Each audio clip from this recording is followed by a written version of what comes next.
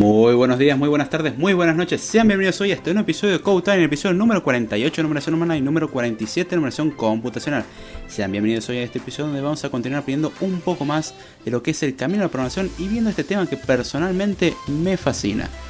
Así que comencemos el podcast, no sin antes, como siempre, saludar a los que van ingresando, pero también advirtiendo de que puede que se escuchen truenos, lluvia o algún ruido de ese estilo por cuestiones de que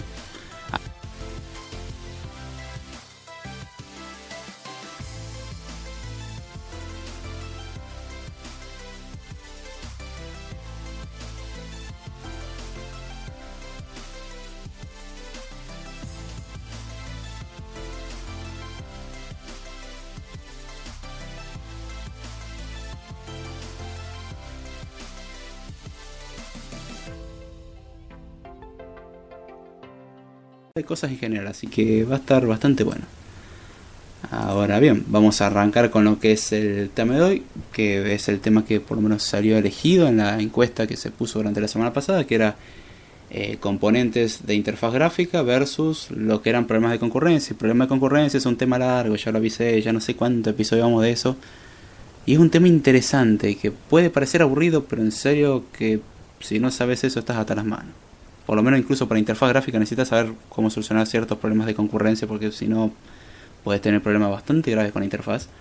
Pero volviendo al tema de hoy, hoy vamos a hablar de lo que son componentes de la interfaz gráfica, porque hasta ahora lo que vimos de interfaz gráfica de usuario eran más vale cosas teóricas, diciendo, bueno, tenemos un sistema operativo, tenemos las distintas capas, el sistema de ventanas que nos brinda abstracciones, y cada abstracción o cada capa nos daba más abstracciones, y lo cual está bastante bueno, todo muy bonito, todo perfecto, abstracción, simpleza, esa es la idea.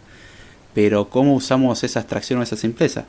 Bueno, en lo que son lenguajes de programación existen lo que son también librerías que acceden a elementos del sistema y crean componentes visuales también internos. Se llaman ya sea componentes visuales del propio sistema operativo o componentes visuales creados por la misma librería que accede a su vez a lo que son cosas de más bajo nivel como el sistema de ventanas, o acceden a cómo pintar cosas en pantalla internamente. Por ejemplo, la máquina virtual de Java hace eso, que es tener su propia implementación de ventanas en base a pintar componentes en pantalla, y después le da como su comportamiento en base a qué encuadre o qué área está generalizando, bajo qué área está trabajando, y en base a eso crea su propia estructura. Otros lenguajes se tiran más a lo que son llamados del sistema, utilizando cosas del mismo sistema de ventana. Eso suele ocurrir más en sistemas de interfaz gráfica usuario que no son multisistemas. Por ejemplo, Java tenemos la ventaja que funciona en prácticamente todo sistema operativo, dependiendo obviamente de la máquina virtual instalada. Pero lenguajes como Swift son un poco más limitados.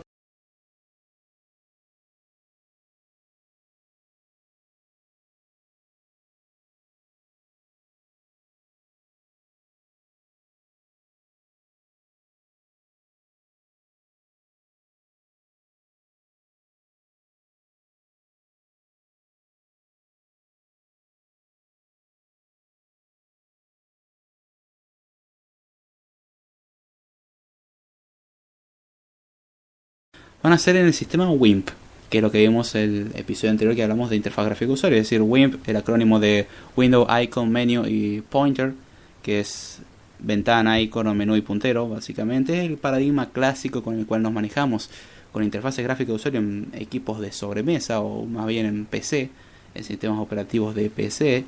Y MacOS también es un sistema operativo de PC porque es una computadora personal.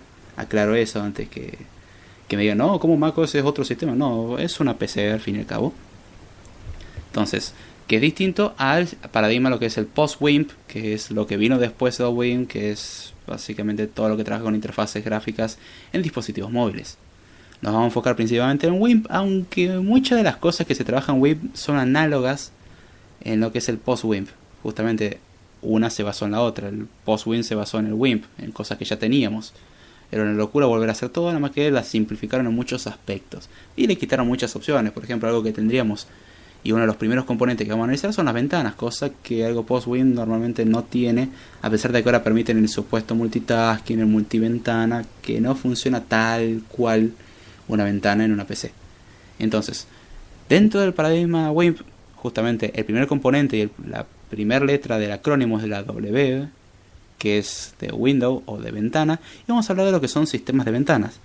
Entonces, en lo que son los sistemas de ventanas, o las ventanas mejor dicho, son elementos estructurales, o uno de los elementos estructurales que nos brindan las librerías y los sistemas operativos para trabajar hoy en día. Es una capa de abstracción muy bonita que nos simplifica mucho el trabajo, la verdad que está bastante bueno. Y dentro de lo que son las ventanas, o mejor dicho, en lo que es una ventana es básicamente un área donde se van a mostrar elementos, y esa área se considera como una parte independiente al resto del sistema de ventanas. ¿A qué me refiero con esto? Todo componente que esté dentro de una ventana o de un contenedor conocido como ventana va a ser independiente, por ejemplo, algo contenido en otra ventana. Son cosas totalmente separadas. Esa es la idea de una ventana, justamente dar como un contexto o una encapsulación o una caja, si lo queremos ver así, de un lugar donde empaquetamos todos los componentes de un programa, por dar un ejemplo. Y si tenemos otra caja, es decir, otra ventana, va a ser totalmente independiente. Pueden intercambiar información, por ejemplo, hoy en día se utiliza lo que es el drag and drop, que es arrastrar y soltar. Por ejemplo, si agarramos un elemento del explorador de archivos, que todos lo conocemos, al explorador de archivos, y de hecho el explorador de archivos es un programa más, es un componente, utiliza componente de la interfaz gráfica de usuario, y si arrastramos por ejemplo un archivo y a otra aplicación que está preparada para soportar drag and drop, podríamos por ejemplo al arrastrar archivos importar archivos a, por dar un ejemplo simple, un editor de video o un editor de audio. Es una manera simple de importar información. Entonces ya vemos cómo pueden interactuar de esa manera, pero mediante un puente que es el drag and drop, que a su vez hacemos llamados al sistema y empezamos a obtener información y un montón de cosas más. Entonces, cuando hablamos de ventana vamos a hablar de esa área independiente de las demás cosas en prácticamente todos los casos. La ventana, como todos sabemos, puede ser movida, justamente la idea que sea un contexto útil, que podemos moverlo para donde querramos. En el sistema de ventana prácticamente todo es ventana, aunque por ejemplo nosotros cuando cargamos un programa aparezca una imagen diciendo, por dar un ejemplo, y no es haciendo publicidad, pero el típico ejemplo, cuando abrimos el Office aparece diciendo Office 2016 o Word 2016, y aparece mientras está cargando, y es un cuadradito que no tiene CRU, no tiene botón de minimizar, no tiene ninguna opción, solamente te dice que se está inicializando y un loading bar circular. Te está diciendo bien, yo estoy cargando, todo muy bonito, sí, todo bien. ¿Y eso es una ventana? Sí. Uno está acostumbrado a asociar a lo que es ventana a toda aquella cosa cuadrada o rectangular con botón de cerrar, y no necesariamente cualquier cosa que se muestre en pantalla o que un programa puede mostrar en pantalla que no sea dentro de otra. O sea, no es dentro de una ventana un componente, eso no, pero cuando el componente más grande o más general lo mostramos en pantalla es una ventana. Cuando hagamos la explicación voy a generalizar más para el lado de Java, por cuestiones de que es donde estoy más familiarizado en diseño de interfaces WIMP, más que en otros lenguajes. En otros lenguajes era más con consola y trabaja con el ingreso un poco más tosco para el usuario, pero personalmente considero que es mejor. Pero lo que es referencia a interfaz gráfica de usuario, vamos a hacer referencia a lo que es Java, básicamente. ¿Y cómo trabaja esto? En el sistema de ventana, básicamente, todo elemento a mostrar en pantalla es una ventana. Eso es fundamental. Y otra cosa muy curiosa que hice una leve referencia en el episodio anterior, es que las ventanas están en 3 dimensiones. A ver, acá dice, muy bien, ¿qué opinas de cómo se está dando las partes ofimáticas en las distintas plataformas? Dale, me parece una pregunta interesante, eso es lo que me gusta del chat, que hagan preguntas, está bueno. Mientras que no sea vida íntima, está todo bien. Y al que no me entienda qué estoy haciendo referencia, siempre digo, pasen por el chat de Spreaker, ahí pueden interactuar y está bastante bueno. Y me gustó la pregunta, Gaby. Deja que termine un cachito con este punto, así no lo dejo colgado y respondo a la pregunta. Me parece muy buena la pregunta. La idea de una ventana en 3 dimensiones no es que nosotros lo veamos en 3D, y de hecho se habla en monitores en 3 dimensiones, y que vas a ver todo en 3 dimensiones y se habla de algo futurista, increíble. Se está abusando de la palabra tridimensional. Los monitores hoy en día en general son bidimensionales, es decir, largo y ancho, no pidamos más, solamente podemos ver eso en 2 dimensiones. Es muy interesante, todo muy divertido, pero ¿cómo me está diciendo que es en 3 dimensiones?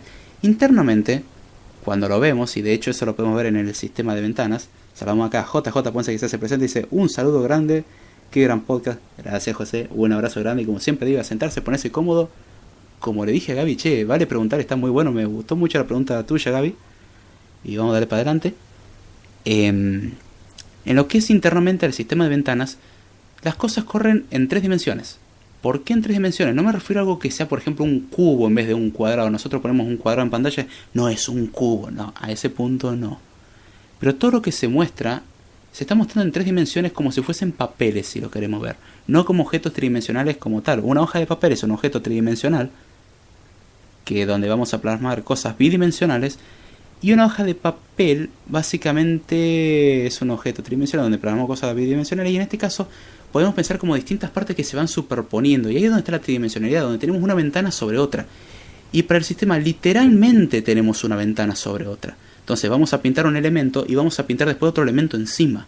En ese orden, no al revés, pues si lo pintamos al revés justamente una está arriba de la otra. En orden inverso. Acá dice JJ Ponce, y para cerrar con broche de oro, movimiento y más al rato. Exacto. Exactamente. Entonces, cuando hablamos de sistemas en 3 dimensiones con las ventanas, es que realmente las ventanas y los componentes dentro de una ventana incluso, están ubicados de manera tal de que son tridimensionales si los queremos ver. Si nosotros dibujásemos en un papel o tuviésemos la posibilidad de imprimir una ventana, imprimir otra ventana, imprimir otra ventana, imprimir otra ventana, o una captura de la ventana, recortarlas en el borde correspondiente y ponerlas sobre una imagen de un escritorio y empezar a poner una ventana, encima le pegamos otra y encima le pegamos otra, pareciendo como que están superpuestas, cosa que pasa en un sistema de ventanas. Así es como funciona internamente el sistema de ventanas, es justamente tener ventanas una arriba de la otra. De hecho, con efectos como el efecto aero que venía en Windows Vista, viejo sistema operativo si lo recordarán, o Windows 7 o Windows 8 o Windows 10 incluso, vemos que hay ciertas transparencias en los bordes de la ventana y podemos ver mediante esa transparencia lo que es el componente que está detrás. Y justamente ahí es donde se nota realmente el efecto tridimensional. Originalmente se lo podía contemplar obviamente, pero con la transparencia se nota muchísimo más. Saludamos acá a Ana Lopsi, o a Lopsi que se hace presente y dice buenas noches, saludos a todos. Hola Ani, ¿cómo estás? Copropietaria de lo que es el podcast Literalmente y Cronos, excelentes podcasts de lo que es historia y lo que es literatura contado de otro punto de vista. Me gusta la forma simple y divertida de relatar las cosas. Es muy ameno, no es algo que prácticamente te incita a decir flaco, comprate un alma, sino que es muy divertido. Hacen cada broma del chat, se vuelve loco, de vez en cuando responsable de ese problemita. Pero bueno, si saben cómo me pongo para que me inviten. Así que continuamos y voy a responder lo que es la pregunta que hizo Gaby. Gaby hizo la pregunta: ¿qué opinas de cómo se está dando las partes ofimáticas en distintas plataformas? Si vemos perdón, voy a leer una mención acá. Dice Ani, dice gracias por la mención, che. No pasa nada, al contrario, con gusto se hace. Si no fuese con gusto no se hace, simple. Es como el podcast. Si vemos lo que son las distintas aplicaciones ofimáticas desde lo que era el Office, porque siempre existió una alternativa, que existe lo que es el OpenOffice, o actualmente lo que es el LibreOffice. Tenemos otras alternativas como Ofimática Online, dado el ejemplo de Google Docs, que no necesitas instalar nada, o tenés el Office Online y cosas así. Fueron progresando a medida que pasaron los años. Y también vinieron lo que eran dispositivos móviles, lo cual fue algo complicado porque hasta ese momento los dispositivos móviles servían para lo que es comunicarse, es decir, mensaje, llamada, algún que otro jueguito y no molestemos más. Fueron expandiendo sus capacidades, llegaron a un sistema operativo medianamente aceptable, Symbian y sistema operativo así, pero aún así eran acotados. Vamos a hablar de lo que es la generación del smartphone como lo conocemos hoy en día, como ser el iPhone, los dispositivos con Android, los dispositivos con Windows Mobile, dispositivos con Firefox OS a pesar de que la plataforma murió, y otros sistemas operativos más. Vamos a enfocarnos más que nada en lo que es Android y iOS, por ser la mayor parte de cuota del mercado, ocupan prácticamente todo el mercado. No es que los otros sistemas no tengan, pero es mucha menos la cuota. Entonces, los sistemas ofimáticos fueron avanzando mucho y hoy en día estamos en el mundo de la aplicación, y eso es algo que hice cierto énfasis a la hora de hablar de interfaz gráfica al principio, de decir, vamos a hablar enfocado a WIMP, es decir, a lo que es el paradigma a PC, no el paradigma móvil. El paradigma móvil no tengo nada en contra, al contrario, está bueno, pero un sistema operativo móvil, aunque Android es mucho más libre que iOS, no es lo mismo que un sistema operativo completo.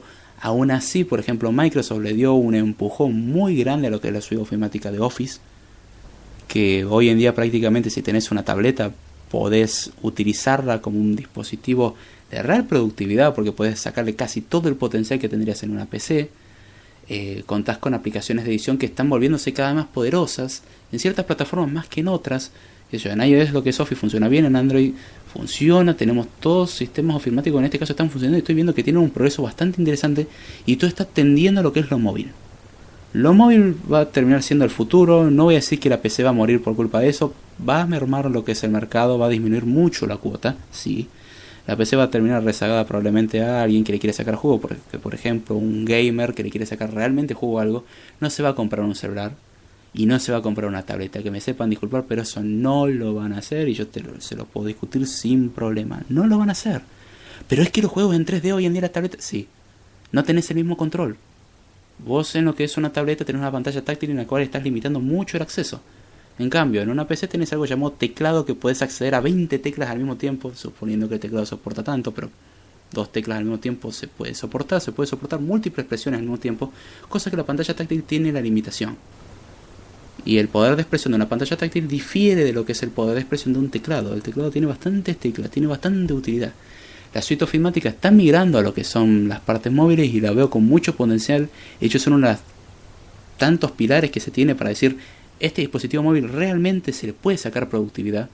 Están teniendo avances bastante grandes y la tecnología, y más que nada enfocada al hardware y los sistemas operativos, están metiéndole bastante gana en darle mucho soporte en el sentido de cuánto software se puede correr. Hablamos de terminales que antes corrían con 512 megas o 256 y hoy en día estamos corriendo con 3 gigas, 4 gigas, que hay veces que uno ve las prestaciones que tiene un dispositivo móvil y uno diría, wow, esto yo quisiera tener una PC con estas mismas prestaciones. Vemos dispositivos con 10 núcleos, increíble.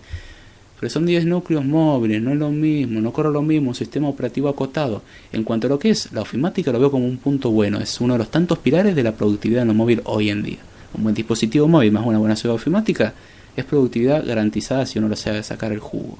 Estamos viendo otras aplicaciones de edición que están viendo cada vez más expandidas, que Photoshop permite ediciones simples, no podemos comparar jamás el Photoshop versión PC, eso es incomparable, tiene una cantidad de utilidad que ya no sabes qué hacer, cosa que la versión móvil obviamente es acotada, pero creo que las cosas van a ir mejorando con el tiempo, pero les falta mucho.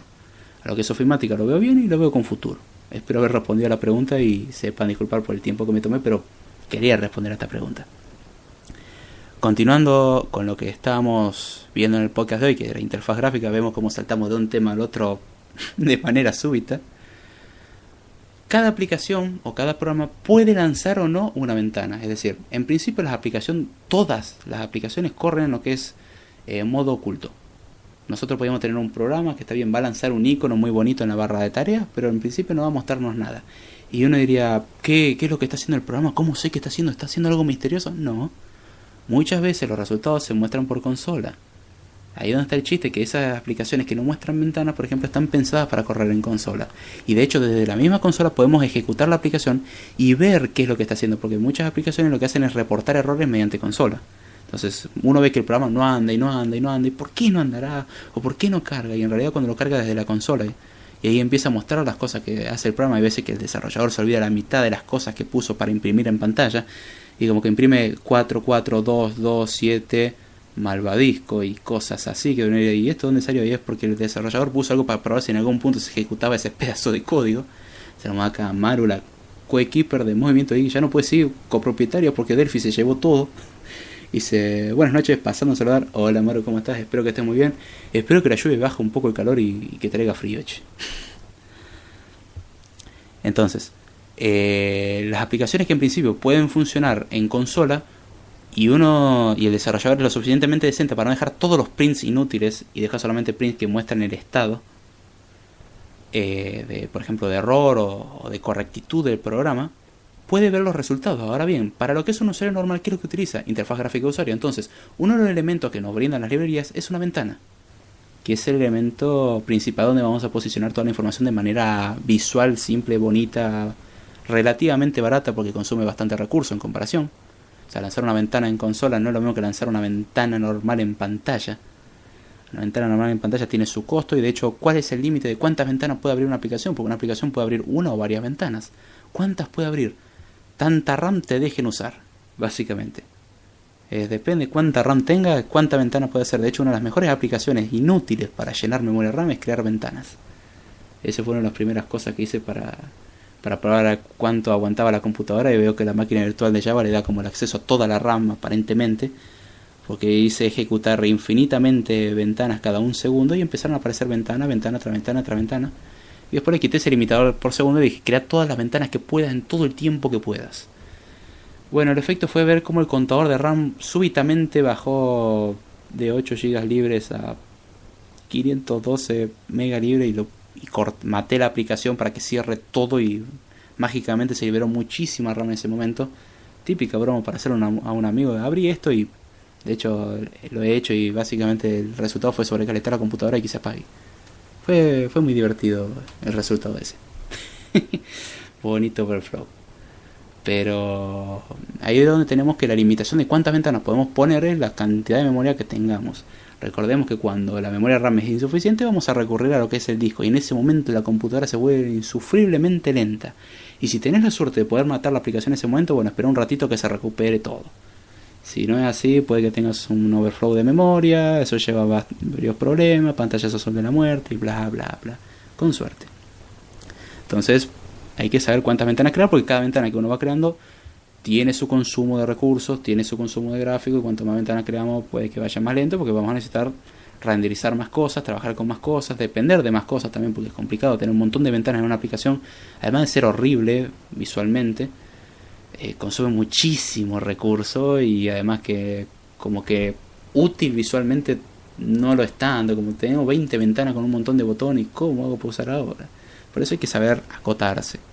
Entre los distintos usos que podemos tener para una ventana es ser un contenedor de elementos, que es el uso principal que se le da. Ser, por ejemplo, un navegador, que eso también es como uno, si quiere hacerlo, puede hacer un contenedor de elementos que represente un navegador.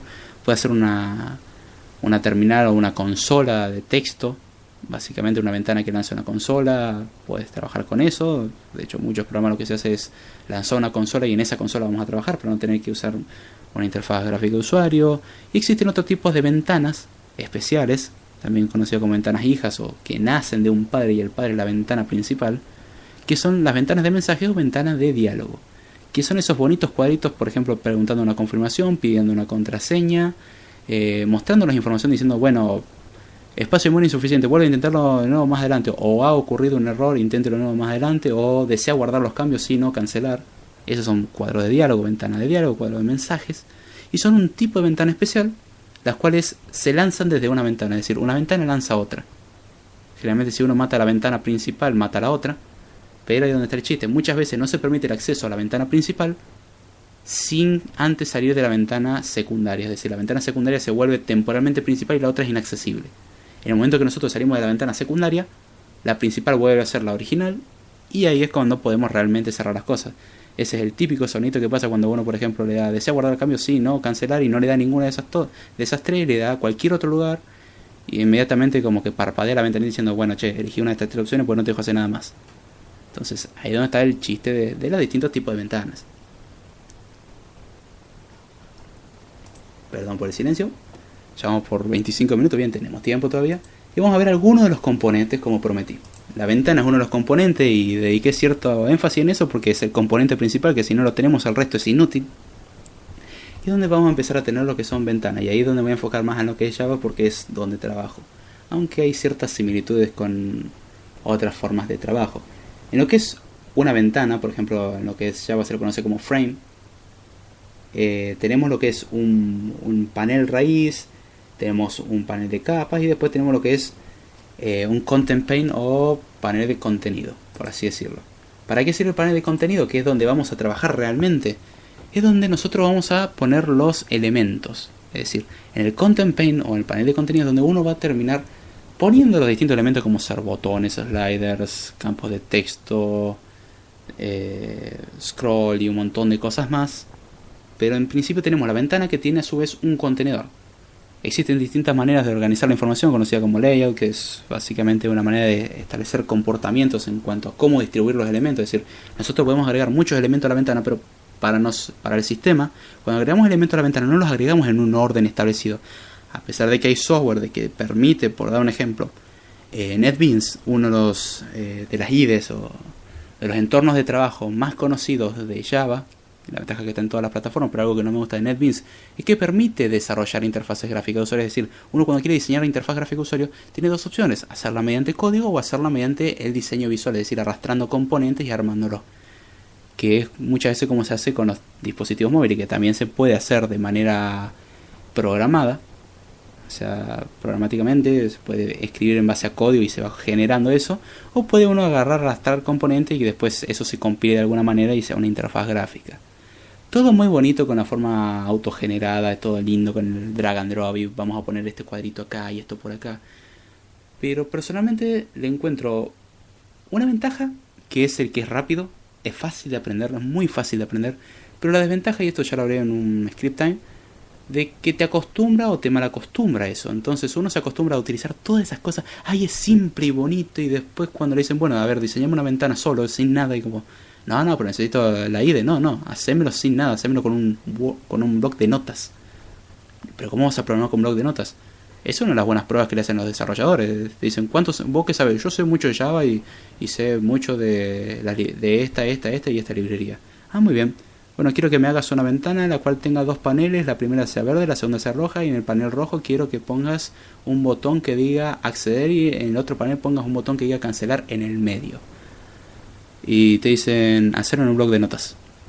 Pero ¿cómo vas a hacer eso? ¿Un bloc de notas? Podés escribir el archivo Java, podés compilar el archivo Java manualmente. Se pueden hacer las cosas manualmente sin un programa extremadamente que te simplifique las cosas y bello. Se puede. Nadie lo quiere hacer porque es como tedioso pero es algo recomendable. Y de hecho yo cuando diseño interfaz gráfica de usuario en lo que es Java lo hago de manera programada, no lo hago usando esos gestores de interfaz. Es horrible el resultado además porque en el momento que redimensionas algo se rompe todo. El código autogenerado de NetBeans me parece un asco, personalmente hablando. Hay gente que le gustará, es obviamente algo que depende de gustos, pero lo que es a NetBeans me parece un asco. Es horrible porque el generador de código no te permite editar casi nada, el código está todo desestructurado, no se entiende nada, hace 20 llamados a función cuando podías hacer uno solo y listo. Entonces, tenemos esas cosas en la interfaz y la idea es que nosotros podemos meter componentes en una ventana. Ahí es donde está el chiste. Entonces, la cuestión con esto es poder trabajar de esta manera y el poder organizar los contenidos de manera cómoda y útil para el usuario. Sepan disculpar, voy a poner un momentito de silencio.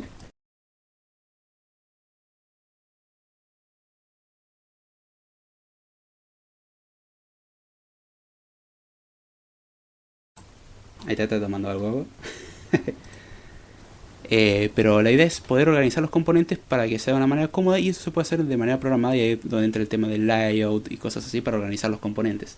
Ahora bien, una vez que tenemos lo que es un panel o el content pane donde vamos a poner el panel de contenido, tenemos otro componente que también es muy importante, que es conocido como como JPanel en lo que es Java, y si lo nombramos como debería ser sería un panel. Justamente un panel es un contenedor donde vamos a meter más elementos. El content pane es como si dijéramos es nuestro lienzo, nuestra hoja principal. Y nosotros, por ejemplo, a la hora de construir algo podríamos decir, bueno, pero yo quiero meter dentro de este lienzo dos pedazos de algo. Es decir, de un lado voy a poner, por ejemplo, una casita y del otro un perrito, por dar un ejemplo cualquiera. Entonces puedo tener dividido las cosas en dos partes. ¿Cómo solucionamos este tema?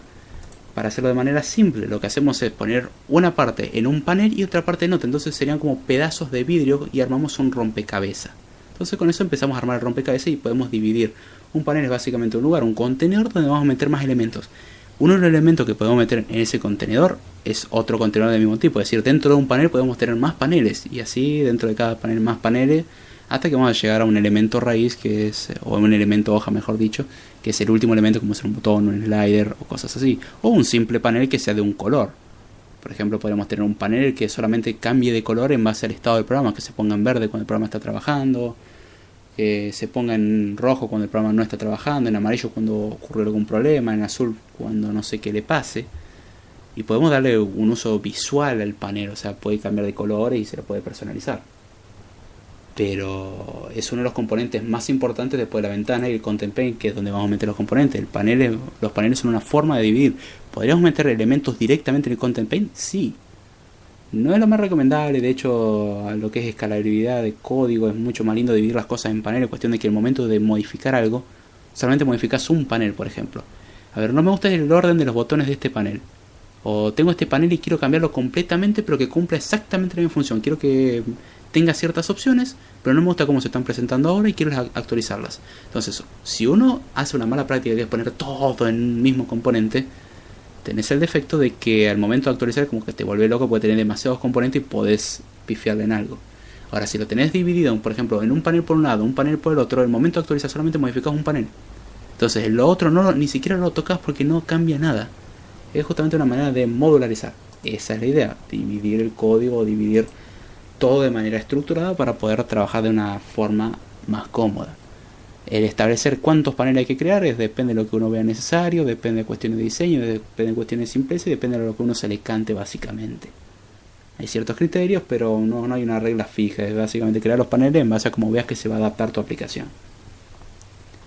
Otro de los componentes clásicos, típicos, que se suele insertar en un panel y es el icónico de la interfaz gráfica de usuario, es un botón. En Java el JButton, en este caso es un botón. El botón hace lo que dice, funciona como un pulsador más que como un interruptor. Es un pulsador en sí, de hecho. Y la utilidad del pulsador, por lo menos, es la de básicamente permitirnos accionar algo. Las aplicaciones, hay algo que mencionar, es que son enfocadas a lo que son eventos, es decir, tienen el paradigma enfocado a eventos, con lo cual cuando nosotros hacemos algo, la aplicación en principio no haría nada, pero cuando accionamos algo, por decir algo, presionar un botón, estamos generando una acción. Esa acción hay que responderla con algo. Muchas veces los botones por defecto lo que vienen es que no hagas nada, o sea, presionar el botón y no va a hacer nada. Tenés que decirle qué es lo que querés que haga. Pero una de las cosas que dan los botones, como una de las opciones, es accionarse. Entonces, cuando se acciona, lanzamos un evento. El evento puede lanzar algún proceso, hacer algo más, o no hacer absolutamente nada, que es el caso por defecto. Son muy útiles, los botones suelen estar compuestos por generalmente lo que es un label, que ahora lo vamos a ver, que es una etiqueta, y lo que es una imagen. Entonces un botón es básicamente un icono, una imagen y un label, y eso es presionable. Internamente, ¿qué es? Es prácticamente como si fuese un panel que está esperando a acciones del mouse o acciones de teclado. Por ejemplo, cuando se pasa el mouse o la flechita del puntero encima de lo que es ese panel, en realidad lo que hace es decir, bueno, vamos a dar la ilusión de que reaccionamos a esto. Entonces, ¿cómo lo hacemos? Cuando pase la flechita encima del botón, vamos a resaltarnos. Cuando utilicemos el teclado para seleccionar, vamos a rodearlo con un borde. Cuando presionemos el botón, demos la sensación de como que se está presionando. Realmente, en realidad, eso no sucede. O sea, internamente eso es el mismo panel de siempre, nada más que está reaccionando a distintos eventos. Pasar con entrar a accionar algo con la flechita, es decir, pasar la flechita dentro de lo que es el icono se considera como una acción. Sacar la flechita del icono se considera como otra acción. Mantener presionado es otra acción. Pulsar es otra acción. Soltar es otra acción. Pulsar y soltar es otra acción. Son distintas acciones. Cada componente tiene una capacidad de reaccionar a distintas acciones. Entonces, con respecto a lo que es el botón, es capaz de accionar, por ejemplo, cuando nosotros pasamos sobre el mouse, si lo presionamos y lo soltamos, hacemos las dos cosas, y todo este tipo de combinaciones. Y la idea de un botón es justamente ser accionado y en base a esa acción lanzar algún evento. Otro componente básico que contamos que es muy parecido a un botón por su característica es el JCheckbox o el checkbox, también conocido como el cuadradito con la tilde o la palomita, que es como si fuese una encuesta. Uno va tildando opciones y se está compuesto por lo que es un cuadrado, un círculo, la forma que uno se le canta en realidad, que representa como si fuese una casilla, y la casilla puede estar tildada o destildada, marcada o desmarcada, con palomita o sin palomita. Entonces la idea de eso es que cuando está marcada estamos indicando un valor de verdad, es decir, verdadero, está marcado, está encendido. En cambio, cuando está desmarcada, está apagado. A su vez también viene acompañado de lo que es una etiqueta, también para ayudar a identificar qué es lo que hace. El botón tiene una etiqueta, el checkbox tiene una etiqueta, por cuestión de decir, bueno, ¿para qué sirve este checkbox? Yo te pongo 15 checkboxes y vos me decís, ¿qué pasa si tildo esto? No tengo ni idea. Ahora, si le pones etiqueta y agarra a lo de renombrar archivos, si tildas eso, sabes que se van a renombrar los archivos. Esa es la idea. Entonces, en base a eso es como vamos a poder establecer los comportamientos. Y básicamente la semántica de un checkbox es un elemento que puede estar activado o desactivado, y en base a estar activado o desactivado es el estado que tiene, con lo cual el usuario, o mejor dicho el desarrollador, puede utilizar eso para, por ejemplo, antes de realizar una acción, por así decirlo, renombrar algo, una de las opciones que se suele dar es mantener extensión del archivo o no. Entonces, ¿cómo vamos a saber si vamos a mantener o no? Por defecto vamos a poner, por ejemplo, que el casillero esté tildado, con lo cual estamos diciendo que por defecto mantenga la extensión del archivo. Ahora bien, si el usuario dice, no, la verdad que a mí no me importa la extensión, sobreescribí todo, yo destildo esa opción, y en el momento que el programa renombrar va a hacer algo, dice, a ver, vamos a comprobar, ¿está tildado o destildado? Está destildado, entonces el valor de verdad es falso, entonces hay que eliminar lo que es, o no hay que preservar lo que es la extensión del archivo, y en base a eso es cómo trabaja. Es parecido a un botón en el sentido que puede presionarse o no, pero en vez de que nosotros accionamos algo, indicamos un valor de verdad, true o false. Es básicamente la semántica del checkbox. Es otro componente bastante útil y uno lo usa demasiado, de hecho. En lo que son sistemas operativos móviles, el checkbox lo ve como checkbox muchas veces, como un cuadrito que se pinta de color muy bonito, sin tilde incluso, o incluso lo ve como un slider parecido a un interruptor que dice, bueno, está encendido o está apagado. De hecho, la semántica de checkbox es muy parecida a un interruptor, encendido o apagado. Después tenemos lo que es un combo box, o JCombo box en el caso de Java. Lo que es el combo box, esto lo podemos relacionar, por ejemplo, cuando piden la fecha de nacimiento en sitios web, que uno tiene algo como si fuese un campo de texto, pero en realidad ya tiene opciones preestablecidas. Por dar un ejemplo, seleccione el mes de nacimiento, y aparece enero, febrero, marzo, abril, mayo, junio, julio, agosto, septiembre, octubre, noviembre, diciembre. Esas opciones que están por defecto, es decir, brindamos una cierta lista de opciones, es lo que es un combo box. Un combo box es ese cuadrito muy lindo que cuando lo tildas se despliega una lista de opciones que hay que seleccionar una. Eso es un combo box, y la semántica de eso es tener una lista de posibilidades, es decir, una lista de opciones, y elegir una. Esa es su semántica, es decir, de 15 elementos elegí uno. Y en base a ese elemento que elegiste, bueno, vamos a tomar una decisión más adelante. Tenemos lo que es la JList, que es algo parecido a lo que es el combo box, una JList o list, como se lo conoce, o lista. Lo que hace es simplemente ser una lista. El combo box, cuando presionábamos el cuadro, se desplegaba una lista. En este caso es una lista siempre. La idea de una lista es tener justamente una lista o una sucesión de elementos de los cuales uno puede seleccionar. Ahora, a diferencia de lo que es el JCombo box, uno puede seleccionar varios elementos en una lista en base al comportamiento que uno dictamine. Por ejemplo, uno puede decir, yo quiero que solamente se puede seleccionar una cosa. Ahora yo puedo dar el permiso a que se seleccionen muchas. Puedo dar, por ejemplo, algo muy curioso, que es el reordenar elementos. Porque, por ejemplo, la lista, en vez de tener opciones a seleccionar, va a tener lo que es, por así decirlo, el orden de los partidos de fútbol que querés jugar en tu vida, o el orden de tareas a realizar en tu día. Entonces uno diría, bueno, tengo arriba de todo dormir, pero no, para dormir es de noche, primero tengo que hacer otras cosas. Entonces lo que vas a hacer es bajarle la prioridad cambiándolo de lugar, por cuestiones de comodidad. Entonces una JList o una list es básicamente una lista de componentes, los cuales nos van a brindar la posibilidad de mostrar información en forma de lista, o seleccionar opcional, igual que el combo box, porque otra de las cosas interesantes de las listas es que permiten accionar ante la selección. Es decir, cuando uno selecciona, en realidad se está llamando un evento. Cuando uno selecciona otro elemento, se llama otro evento. Cuando uno selecciona, cuando se deselecciona, cuando uno elimina un elemento y cosas así, se llama todo evento. Cada cambio que hagamos llama un evento. O sea, presionamos un botón, llama un evento. Soltamos un botón, llama un evento. Tildamos algo, llama un evento. Dejamos de tildar algo, llama un elemento. Seleccionamos una opción en el combo box, llama un elemento. Llama un evento. Seleccionamos un elemento de la lista, llama un evento. Todo llama un evento. Justamente la idea es que está enfocado a eventos. Es decir, todo lo que hagamos va a desencadenar en un evento, que por defecto no va a ser absolutamente nada.